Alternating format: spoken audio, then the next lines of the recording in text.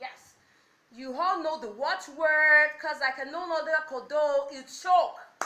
Okay, guys, welcome on board. A quick one. I love you. This is your Aunt Damsel, Damsel, point all the way from Cairo, your Paragon girl. I love you guys. Yeah. Okay, what is this that I'm hearing all over? I can't believe my ears. Despite that there are several corrections to the agitators. Yoruba agitators, I corrected you several times that your aim going to do Lagos, to do rally in Lagos rather, okay, is a normal thing. Okay, but all the way, you people have been dragging MC Oluomo and his Eruku, including Koko Zaria, because of Sunday Igboho Oòṣà. I won't say because I belong to una side, I will not call a spade a spade. For goodness sake. And Sunday Igboho Oòṣà is a man. MC Oluomo is a man. What is going on? Even I'm sure, if it's 3 months or 1 year, Igboho Oòṣà will even be older than MC Oluomo. Why is all of you dragging MC Oluomo simply because Sunday Igboho Oòṣà is afraid of MC Oluomo? I mean, a lot of agitators here and there. Hey, you don't know what it sounds like. You people sound so stupid and foolish. Why are you trying to nail the guy to talk him down, start saying, yeah, you heard rumor, blah, blah, blah, shit, that you want to kill Igboho Oòṣà? Ṣé Igboho Oòṣà ò kí ń ṣe akọni ni? Kí ló dé tẹ́ ń drag ẹni ẹlẹ́ni káàkiri? Is Igboho Oòṣà also not a brave man? Obìnrin ẹgbẹ́ mi, wọn ò tí ì bí obìnrin náà dá, mo tún sọ. Tó bá ní eruku, mo ní eruku tèmi. Àwọn bí Adébísí Òṣùpá, ẹ gbọ́ rí, tẹ́ bá ń gbọ́ Adébísí Òṣùpá, ẹ sá kàbàkàbà. Tí obìnrin ẹgbẹ́ mi náà bá ní eruku, èmi gan ní eruku tó yẹ pé lọ́wọ́ kan tí n bá pe àwọn tèmi báyìí. Kí ni gbogbo orí burúkú yìí? Do you understand? Both of them are men, grown men. I don't care what a woman like me can be carried that can make me fear him, that I will now send people out to start threatening the person. If you people have ambition to, like other places, you have been to several southwest to do your rally, no issue, no problem. Why is Lagos owner exceptional that you people have been talking down MC Oluomo? Igboho Oòṣà is a man, MC Oluomo is a man. A lady like me is not born yet that I will be afraid of. Look at what went, you know, what happened between Tiwa Savage and Seyi Shai. We actually knew who the greater, do you understand? We actually know who the big boss is. I don't expect both of them to see and started fighting MC Oluomo and Igboho Oòṣà. But do you understand what you people are saying? It doesn't have to go on and on. Is Igboho Oòṣà a baby? Look, Igboho Oòṣà, ìwọ ni ẹ̀yin ni mo ní bá sọ̀rọ̀. It's not too late. If you know that you cannot lead the Yorubas like you have promised that you will save us, and by your help, by the help of God, it's not too late to turn back, oh. Because I don't see any reason dragging a man like you. It's becoming too much now, the way me I'm seeing it. Why are you afraid of MC Oluomo? Are you not a man? Yorùbá ní kí ọmọkùnrin ò tó. Kí ló dé tẹ́ ń bẹ̀rù? Tẹ́ bẹ̀rẹ̀ sí wá pariwo àwọn ará Èkó, kí lẹ́ pariwo wọn káàkiri. Tọkùnrin ti Igboho Oòṣà ọba tó lọ dira kúnlé náà. This is getting too much. And not only that, they are dragging only MC Oluomo and his men, they are also dragging the Lagosians. They are also dragging. We know that Jeje Lomo Ekono, you know that Lagosians are peaceful people. Jeje la lo. Who is that lady? I'm just using myself as an instance that who is that lady like me that I will now be afraid of you? I don't want to know who you be. Toba, if you get Eruku, I get Eruku. I get Eruku. Tẹ́ bá ń gbọ́ Adébísí Òṣùpá, ẹ sá kàbàkàbà, ẹ ní dúró. No, tó gbọ́ ẹni bá dání lójú àfi gbà. Do you understand? Olúkálùkù ló láwọn tiẹ̀. I get my own personal person wey be say if e happen now, lady to lady, those other our opponents too wey be lady, dem get their own. Me too, I get my own personal. I go hala anywhere wey Adébísí Òṣùpá dey ajẹmi ní òní àtàwọn títí ẹ̀. although no matter what, Ọlọ́run fún àwọn kan, God give them some more than other, but we are yet to know. Even if you people fight, you and MC Oluomo finally meet in Lagos, and you guys, okay, if MC Oluomo should come with his people to come and do rally about Tinubu in Ibadan, will you fight him? What we only admit is that there's not going to be election 2023. But if they want to come and protest or do rally too for Tinubu, it's not wrong in Ibadan or anywhere else. Let's stop being lunatic.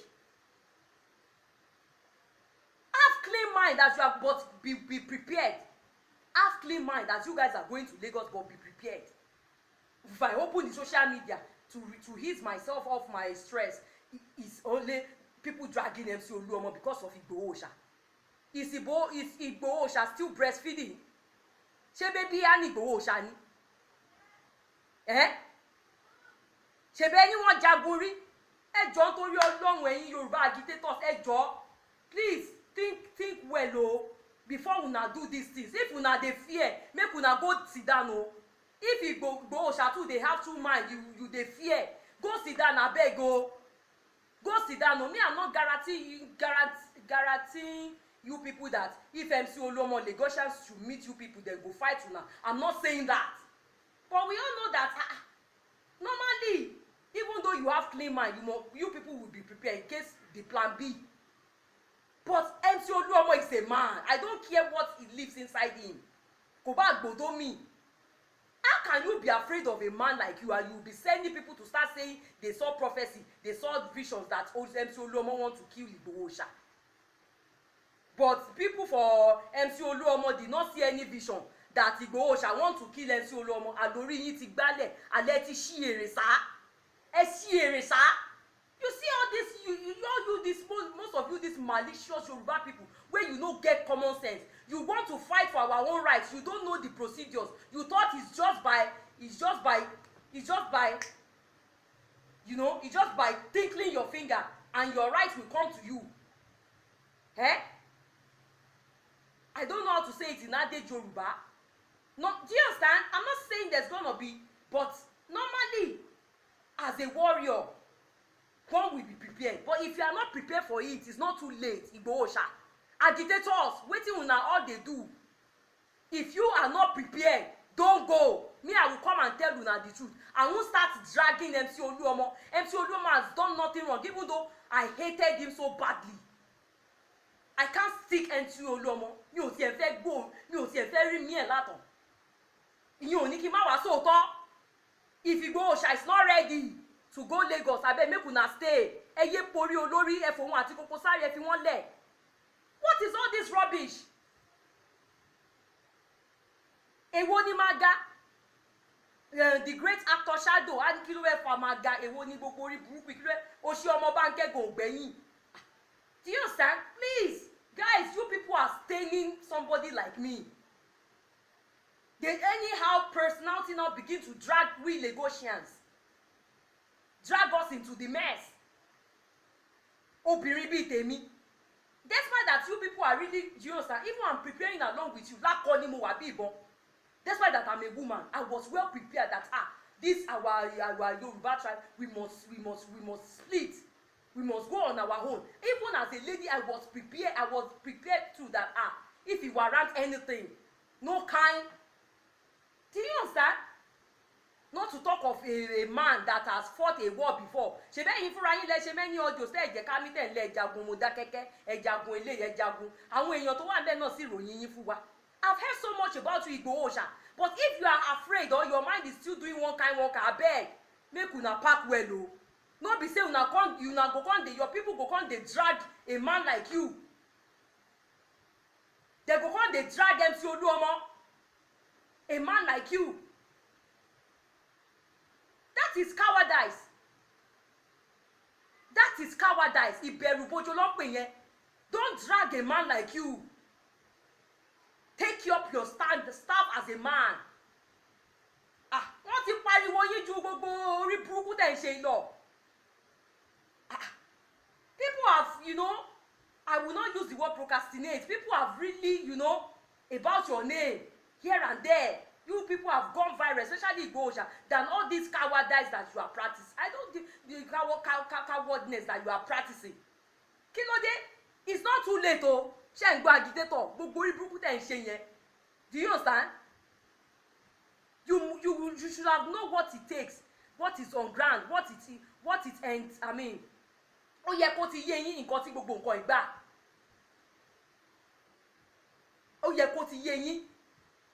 The other time now you were saying Gani Adams ní kó ṣáájú kí n ti Gani ẹjọ́ kí n ti bàbá Gani Adams. I heard many times when Gani Adams updated, he said he's waiting for Obas to give him order.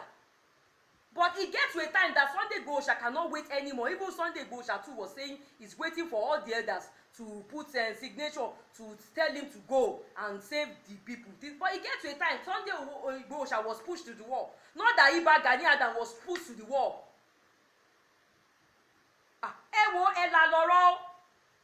Please, when we are saying things, let not that you go dey force people wey no dey in, wey be say na we decide on our own, say if our elders, our obas no support us, they are not ready to do anything for us, we will do it ourselves. Why are you dragging all these people? You stop dragging Iba Gani Adams, you stop dragging all the elders, all the obas, because I solicited for some of them. Now you are dragging MC Oluomo, your opponent, a man like you. And the man mind might be clear towards you that they are coming to do rally. Let me tell you now, this is not the way. Do you understand? If you don't have wisdom elsewhere, this is not the way. I will suggest you stay back. Want to sọ náà, wọ́n ní má jàmọ̀sá la fi máa kíkanjú ogun. So if your mind is doing like this, but I will not support you. Your so-called whatsoever agitator. I'm also a freelance agitator, but I will not be part of them. Dragging a man like you. I remember the day one of my younger brother came home, as tall as he is. His mate slapped him because he was doing Omo Jesu. He did not slap the bad guy back so that they can fight. He came home. If you see the way my elder brother insulted him, you still came home and said it. Are you not ashamed? So, please, if you cannot, please, I'm saying it wholeheartedly now. We need a real somebody that knows what he's doing. Because that woman that was crying the other time that saw vision, Akodo Orawikoko antagonized the innocent woman. Say all sorts of rubbish that it's too late for us to be looking back. It's too late for somebody to be discouraging us. We are over prepared. We are too. Where is the sign that you people are over prepared? So please, if you don't understand what we are backing on is all about, what it warrants. Me, I'm not assuring war as you people are going to do rally, but we must also have plan B. So just because you people are afraid of Toba Loyalo, the other high wives, the plan B, you now start to drag a man like you. I will never drag a woman like me. I will never send people to be dragging a woman like me. Sheba George Loyon, no, I don't do that. Do you understand? I will never drag. Mo ti sọ tó bá lẹ́rùkú mo lẹ́rùkú. Tó bá ní ẹrùkú mo ní ẹrùkú. Tó bá dẹ̀ jẹ́ one-on-one náà ni mo ready one-on-one. You are a man. Do you understand? You don't, even if you are a coward, even if you are afraid, also, you have no right to be dragging MC Oluomo. Ìyá wa, ẹ kú àgbà. Ẹ kú àgbà ìyá wa. Gbogbo n tẹ́ sọ torí tẹ́ bá mọ̀ kò possible ká gbàlagbà máa sọ tí ó mọ̀ nígbà tẹ́ ti mọ̀ pọ̀ mọ́ àlè ni wá, tẹ́ ti mọ̀ pa àgùdá ìyá ni wá a lórísun ìbádá kẹ́yìn ṣáájú. Nígbà tẹ́ ti lè mọ̀ pé ọmọ àlè ni wá, àwa náà jiyàn pé a lórísun. Ìbádá ẹ̀yin ò bá ṣáájú kẹ́tì ẹ̀ ṣáájú Ìgbòho ṣá. So agitators, the ball is in our court. It's never too late. I don't see why they are dragging MC Oluomo. So you people don't know what it entails before. You thought it's all about staying on the social media to run mouth. To run mouth. No, it's not. The game is not all about that. Okay? Reschedule your joker. The card in your hand. Agitators, including Igboho. Ayo tó wà lọ́wọ́ yín, ẹ wò dáadáa kẹ́ tún ṣe. Thank you guys. And girls, share and subscribe. I love you.